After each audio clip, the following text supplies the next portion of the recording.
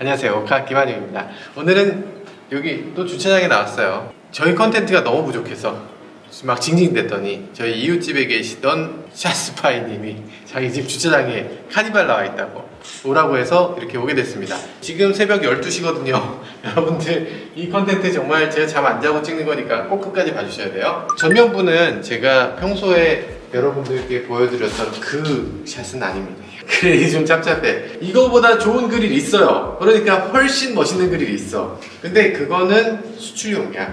그리고 더 멋있는 그릴이 있어. 여기 막 X자로 착착착착 된 거 있는데 그거는 또 그래비티 트림에만 들어가지 않을까, 아니면 하이 리무진에만 들어가지 않을까 싶은 생각이 들어요. 아무튼 보통의 그릴 아니면 중급 이하의 그릴은 이런 식으로 생겼을 것 같은데 저는 모르겠습니다. 이게 여기다가 크롬을 더 넣게 되나? 더 넣어서 뭔가 좀 다르게 하나? 그런 거 아니고서는 약간의 거부감이 조금 들 수 있을 것 같아요. 그런데도 불구하고 전체적으로 디자인을 봤을 땐 굉장히 멋집니다. 왜냐하면 이 비율이 굉장히 좋아요. 이쪽 끝에서 이쪽 끝까지 그냥 하나의 라인을 쫙 그어내는 거. 요즘 기아차가 잘하고 있는 부분이잖아요. 처음에 이런 차가 나왔으면 조금 이상할 수 있는데 셀토스가 먼저 이런 식으로 나오니까 저 디자인이네 했던 그 디자인 요소들을 그대로 갖고 있습니다. 이쪽 라인을 끝까지 가져가는 거, 그리고 여기서 끊고 갑자기 또 여기서 시작해서 끝까지 가져가는 거. 우리가 타이거 노즈가 없어졌다고 해서 굉장히 섭섭했잖아요. 그런데 이 타이거 노즈를 없애지 않았어요. 이렇게 그대로 가져가는 거, 그리고 아래쪽에서도 이렇게 나오게 하는 거. 타이거 노즈에 대한 오마주를 그대로 담고 있는 것 같아요. 터슈라이어에 대한 존경, 그런 게 담겨 있는 게 아닌가, 그런 앞모습이고요. 이 차뿐 아니고 다른 차들도 보면 여러분들 아마 눈치 빠른 분들 아시겠지만 이 상단에 있는 그릴보다 이제 하단에 있는 그릴을 더 강조하는 분위기가 되고 있습니다. 그래서 그릴을 이렇게 아래쪽으로 크롬을 위로 올렸는데 이게 커다란 타이거 노즈를 만들어내고 있는 거죠. 그래서 이제 기아차가 이 앞부분을 더 이상 타이거 노즈 이렇게 말하지 않고 이 부분을 타이거 마스크라고 해요. 타이거 마스크 하면 뭔가 좀 변신할 것 같지 않냐? 네 세대가 아니야? 제 세대 아닌데? 타이거 마스크는 몰라? 몰라요. 정말 신기했던 거는 이 부분이에요. 이 부분에 원래 덮개가 당연히 있잖아요. 램프 있으면 그 위에 덮개 있지. 그게 당연한 거지. 근데 램프가 있는데 덮개가 없어. 램프가 툭 튀어나와 있습니다. 이래도 되나? 지금 이거 보시고 계시는 퍼펙트 샤인 뭐 이런 동호회에 계신 분들 뭐 하는 짓이냐? 이러실 것 같아요. 이게 도대체 뭐 하는 짓이야? 여기 이거 세차 어떻게 하라고? 야씨 여기 내가 광을 내야 되는데 이러실 것 같은데, 벌레 같은 거 막 껴있으면 그거 막 면봉으로 닦아야 될 것 같은 그런 디자인이에요. 램프가 하나에서 그냥 끝나는 게 아니고 이렇게 이어져서 두 개로 갈라져 있거든요. 지금까지 램프가 이렇게 두 개로 완전히 갈라져 있는 차는 없었어요. 왜냐하면 법규 위반이야. 램프와 램프 사이의 거리가 3cm 이상 벌어지면 안 됩니다. 그런 법규가 있어서, 그래서 이렇게 데일라이트를 여기 그어놨기 때문에 요 벌어진 램프 두 개가 하나로 이어져 있다고 치는 거예요. 만약에 이 램프가 없었으면 이게 법규를 벗어나게 됩니다. 그래서 이런 것들이 정말 디테일이다. 와, DRL을 이용해서 요 램프 두 개를 연결시켜, 그리고 램프를 전혀 엉뚱한 위치에 붙여, 그리고 거기다 커버까지 없애. 대단한 거죠. 정말 멋진 그런 프론트 마스크, 그리고 과감한 디자인을 적용한 것 같아요. 그리고 잘 보면 DRL도 그냥 DRL이 아니고 여기를 갑자기 깜빡 이렇게 올라갔다 내려와요. 기아차가 하트비트라고도 얘기하고 그 심장 박동이 흠뻑하는 그걸 보여주는, 그러니까 흠뻑하고 계속 가야 되는데 왜 갑자기 쭉 떨어지시지? 네, 아무튼 이분은 괜찮으시고 요 밑에다가 깜빡이를 넣었어요. 여기다 깜빡이를 넣었다고? 이런 차가 있었나? 지금까지는 없었던 것 같아요. 어쨌든 여태 없었던 그런 디자인을 갖고 있습니다. 램프 디자인 자체가 워낙 독특하네요. 이 아래쪽으로 보면 여기에 지금 공기를 집어넣게 하는, 그러니까 에어 커튼을 만들기 위한 이런 에어 덕트를 살짝 갖고 있어요. 아주 작습니다. 디자인 요소를 아주 획기적으로 사용하면서도 안정적인 디자인을 하고 있어요. 이 아래쪽에 지금 안개등 같은 경우도 LED 안개등을 사용하고 있는데, 이전에 우리가 큐브식 안개등, 아이스 큐브식 안개등에 비해서 저는 이쪽이 조금 더 마음에 드네요. 여기 잘 보면요, 이런 것도 있어요. 여기 앞에 이런 거 보이시죠? 요거 카메라입니다. 카메라 여기 있다는 건 뭐예요? 전면 후면에 카메라가 있어서 서라운드 뷰라고 하죠. 서라운드 뷰가 된다라는 거고요. 그리고 잘 보면 여긴 레이더 있죠. 또 잘 보면 초음파 센서 있는 건 당연해요. 근데 여기도 있습니다. 여기 있으면 뭐가 되냐? 자동 주차가 돼요.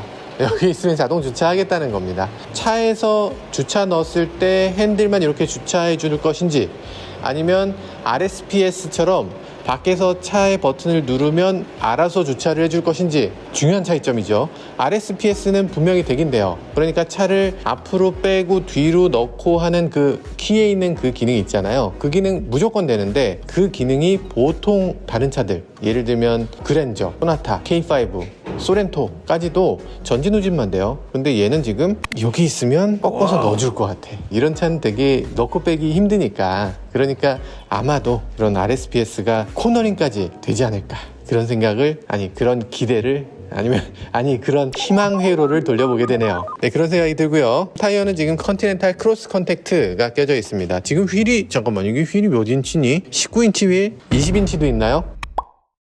이쪽에 보면 약간 이렇게 보면 보이는데요. 하이그로시 몰딩을 했는데, 이 하이그로시 몰딩이 굉장히 효과적입니다. 왜냐하면 우리나라는 자동차를 다 썬팅하잖아요. 썬팅하고 나면 이 전체가 하나의 덩어리로 보여요. 그러면 어떻게 되냐면 이 윗부분이 그냥 동동 떠 있는 것처럼 보이는 거죠. 기둥 없이 그냥 유리만으로 지탱하는 것처럼 보이는 거, 플로팅 루프라고 우리가 많이 얘기하는데, 플로팅 루프 같은 걸 좀 더 극대화시켜 놓고 있어요. 그리고 측면으로 보면요, 측면에서는 지금 캐릭터 라인이 굉장히 날카롭게 저 뒤까지 이어집니다.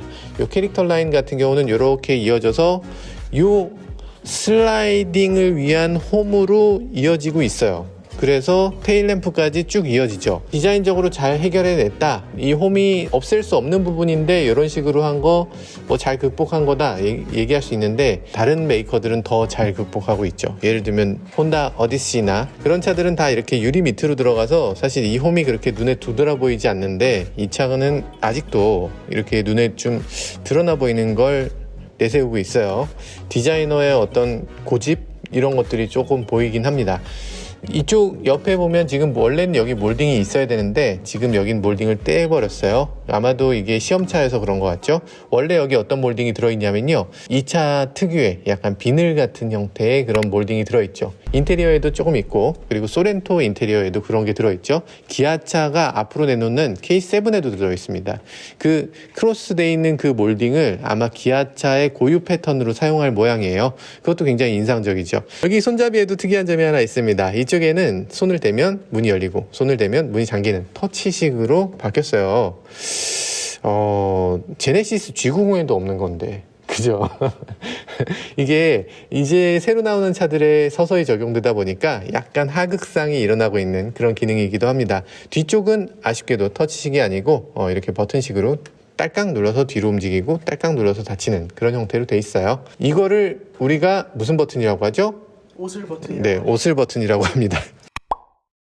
자, 뒷부분 보면요, 하나의 라인으로 이렇게 쭉 이어진, 램프가 여기 있고 끊어지고 램프 있고, 이게 아니라 하나로 쭉 이어진 램프로 돼 있는데, 사실 이런 게 좀 더 미래지향적이고 조금 더 멋져 보이지 않나요? 좋아 보이죠? 네, 굉장히 멋있어 보인다. 굉장히 멋있어 보인다고. 기아차 엠블럼에 대해서 사람들이 굉장히 싫어하잖아요. 싫어하는 사람들 굉장히 많은데, 그런 사람들한테 한 방 먹이는 것 같아요. 봐라, 얼마나 멋있냐. 이 불빛이 기아 엠블럼의 모임입니다. 그래서 이 기아 엠블럼을 전 같으면 그냥 무시하고 지나갈 수 있는데 무시하고 지나갈 수 없게 했어요. 눈으로 여기 이 기아차 엠블럼을 딱 볼 수밖에 없도록. 그러나 엠블럼은 곧 바뀝니다. 나머지 부분 정말 심플하게 잘 만들었어요. 모든 것들이 다 연결고리가 있습니다. 이런 것들도 선을 깜빡이랑 그리고 후진등이랑 이런 것들을 하나의 라인으로 쭉 이어가도록 그렇게 디자인을 했고요. 선들이 가로로 쭉쭉쭉 뻗은 것들이 굉장히 멋있는, 그리고 통일성 있는 디자인을 하고 있어요. 뒷유리 와이퍼도 히든으로 만들어져서 이렇게 아래쪽으로 내려오게 돼 있는데, 보통 산타페나 이런 차들은 아래에서 이렇게 움직이잖아요. 그러다 보니까 여기서 와이퍼를 항상 보게 되는데, 그게 달려있을 때는 아무 느낌이 아닌데 이걸 보고 나서 그걸 보면 좀 이상해. 뭔가 좀 이상하게 느껴집니다. 하지만 그게 조금 더 많은 부위가 닦이기 때문에 장점이 없다고 할 수는 없어요. 이게 살짝 안 좋은 점이 있는 게, 지금도 여기 약간 흙탕이 있어서 보이시겠지만 닦이는 면이 요만큼밖에 안 됩니다. 이렇게 밑에서 있으면 이 아랫부분 여기까지 닦이기 때문에 저 앞에서 봤을 때 이 아래쪽으로 시야가 생기거든요. 그래서 아마 시야는 아래쪽에서 닦는 게 조금 더 유리하긴 할 겁니다. 그리고 램프 같은 경우는 하이 포지션 스톱 램프는 여기까지 이렇게 돼 있는데, 이 자체가 굉장히 예뻐요. 잘 만들었어요. 이쪽으로 이렇게 감싸지는 거, 약간 측면까지 이렇게 같이 가는 게 게 사실 MQ4 소렌토에서도 이런 식으로 디자인이 됐었는데 굉장히 고급스럽고 굉장히 멋집니다. 이 스포일러 같은 경우는 요번에 기아차가 아주 적극적으로 내세우고 있는 하이리무진이 있잖아요. 하이리무진 같은 경우는 요 위로 한 층이 더 있는데 하이루프 쪽에다가 하이포지션 스톰 램프를 붙인다고 하더라고요. 이쪽에서 봤던 그 독특했던 DRL은 요 테일 램프에서도 독특하게 이렇게 한번 올라갔다 내려옵니다. 사망하신 줄 알았는데 다시 살아나시죠. 네, 그런 식의 하트비트 이렇게 보여주고 계시는 그런 테일 램프고요. 여기 손잡이는 왜 이 모양으로 별물을 붙인 것처럼 이렇게 만들었어요. 저는 이렇게 했어야 했을까? 소렌토처럼 그냥 밑을 깎아도 똑같았을 텐데 왜 굳이 이걸 이렇게 별물로 만들었는지는 잘 모르겠어요. 조금 더 실용적으로 많은 사람들이 사용하니까 조금 헷갈리지 않게 해야 된다. 자가용이라기보다는 공용으로 쓰는 거니까 뭐 그런 의도가 좀 있었겠죠. 어쨌든 그렇게 예쁘진 않습니다. 아마 마지막에 추가된 게 아닌가 하는 생각이 들어요. 그리고 이 안쪽으로 보면요, 지금 이게 4열까지 있는 1, 2, 3, 4, 5, 6, 7, 8, 9인승이에요. 근데 이 9인승 같은 경우에 요 마지막 열 4열이 좀 독특합니다. 안쪽에 이렇게 싱킹으로 돼서 들어가 있는데 그래 뭐 들어가 있는 거 좋아. 근데 저게 다라고? 저게 다라고? 안전벨트만 봐도 3열과 4열의 안전벨트가 지금 한 뼘 차이밖에 안 나잖아요. 야, 이 정도 차이인데 괜찮아? 괜찮을까 싶은 생각이 좀 듭니다. 이전보다 분명히 휠베이스가 늘어났고 차체도 조금 커졌어요. 그래서 실내 공간은 조금 늘어났어요. 차체 높이는 약간 낮아졌습니다. 그래서 아마 하이 리무진을 타게 되면 뭐 그런 대로 괜찮을 거지만 이 정도의 4열에 앉겠다라고 하는 거는 조금 무리수가 있지 않나. 불편함을 감수해야 되는 4열인 것 같아요. 쓸 일은 많지 않다. 9인승을 사면 6인승이다. 이렇게 생각하고 타시는 게 속 편하고요. 그리고 11인승을 타면은 아마 한 7인승, 8인승 정도 된다. 이렇게 보시는 게 더 맞을 것 같습니다. 굉장히 실용적이네요. 실용- 버스 전용을 타려면 어차피 6명만 타면 되잖아요. 아, 어차피 버스 전용 차선을 공략하기 위한 그런 배치다. 쉽게 말해서 6명이 타면 짐이 요만큼 나옵니다. 사람이 탔는데 가방이 아예 없을 수가 없어요. 그래서 결국에는 아마도 요 정도는 필요하지 않나. 요 뒤에 3명 다 태우는 경우는 학원차 말고는 아마 없을 것 같아요. 그런데 이 굉장히 독특한 점은 여기가 4열이잖아요. 여기는 3열입니다. 근데 창문이 한 뼘, 2뼘 있고요. 위로 한 뼘 밖에 없어요. 한 뼘하고 요만큼. 작아도 너무 작아요. 너무 작아서 3열에 있는 사람이 요걸 보려고 하면 4열에 있는 사람이 좀 비켜봐, 안 보여 이럴 것 같아요. 그냥 개방감이 너무 없어서 이렇게 없어도 되나 하는 생각이 들 것 같아요. 아무튼 3열, 4열이 그렇게 쾌적한 공간은 확실히 아닙니다. 3열까지만 쓴다 생각하시는 게 좋을 것 같아요. 일단 가장 중요한 건 결국에 카니발 특유의 그런 슬라이딩 도어겠죠. 슬라이딩 도어 자체는 뭐 디자인이 잘 나왔습니다. 크기도 충분하고, 그리고 요 슬라이딩을 했을 때 요 윗부분 요게 멋이 없는 경우가 많은데 꽤 깔끔하게 잘 처리되고 여기다도 엣지를 줬어요. 요대로면 괜찮을 것 같아요. 이 실내 시트 구성은 사실 뭐 실내 살짝밖에 안 보여서 정확하게 말씀드릴 수는 없지만 어쨌든 실내가 기존 카니발처럼 그냥 걸터 앉아서 가는 거, 그냥 싸구려 차 이런 느낌은 더 이상 없는 것 같아요. 굉장히 럭셔리한 느낌이 드는 그런 시트 디자인이고요. 카니발 그리고 소렌토 이 둘의 격차가 점점 좁혀져서 이젠 거의 엇비슷하게 느껴지는 것 같기도 합니다. 그리고 보니까 팰리세이드가 어쩌면 가장 큰 타격을 받는 차종이 되지 않을까 하는 생각이 들어요. 그러니까 팰리세이드는 어떤 면에서 미니밴에 가까운 SUV거든요. 에어컨 토출구라든지 이런 것도 보면 천정에 달려 있어요. 이 차도 그 부품을 그대로 공유하고 있거든요. 그래서 아마도 이 차를 보면서 팰리세이드를 연상하지 않는 사람이 없을 거고, 팰리세이드를 사려다가 이 차를 보지 않는 사람도 없을 겁니다. 아마 서로 약간의 그 연관관계를 맺는 디자인이 됐기 때문에 이 차가 뭔가 SUV스러워 이런 느낌이 들면 들수록 팰리세이드에 조금씩 타격이 가겠죠. 그리고 여기 빌트인 캠이 따로 마련되어 있습니다. 하이패스도 위쪽으로 올라갔네요. 근데 빌트인 캠 잘 보면 지금도 그렇지만 보호 필름을 떼지 않았습니다.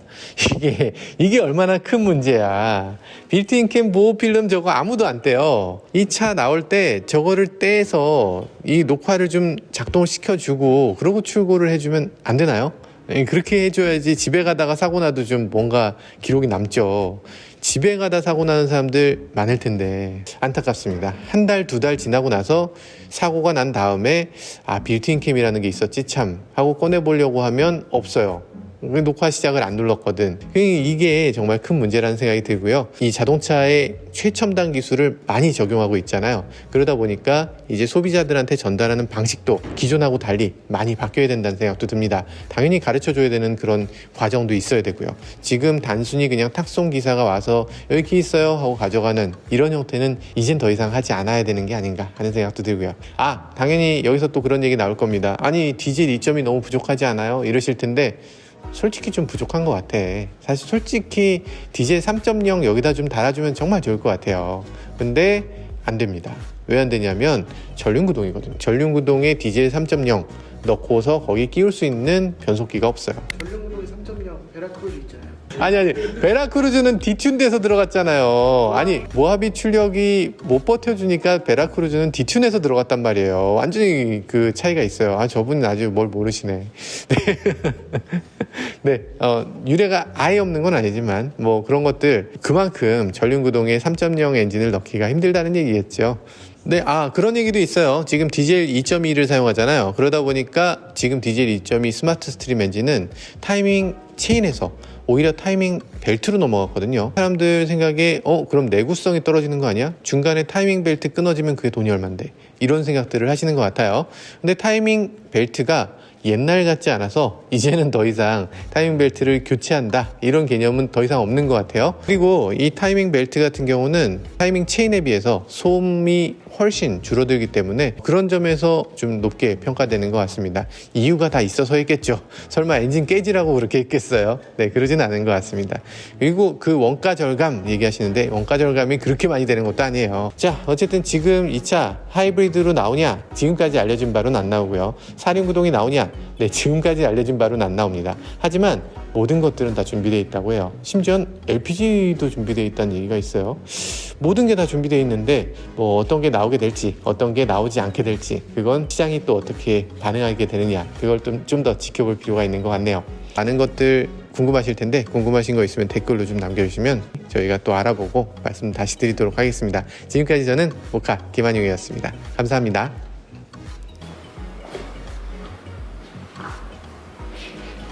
소렌토가 멋있네. 소렌토가 멋있긴 멋있구만. 역시 팔이 소렌토로 보시는군요. 소렌토가 제일 멋있구만.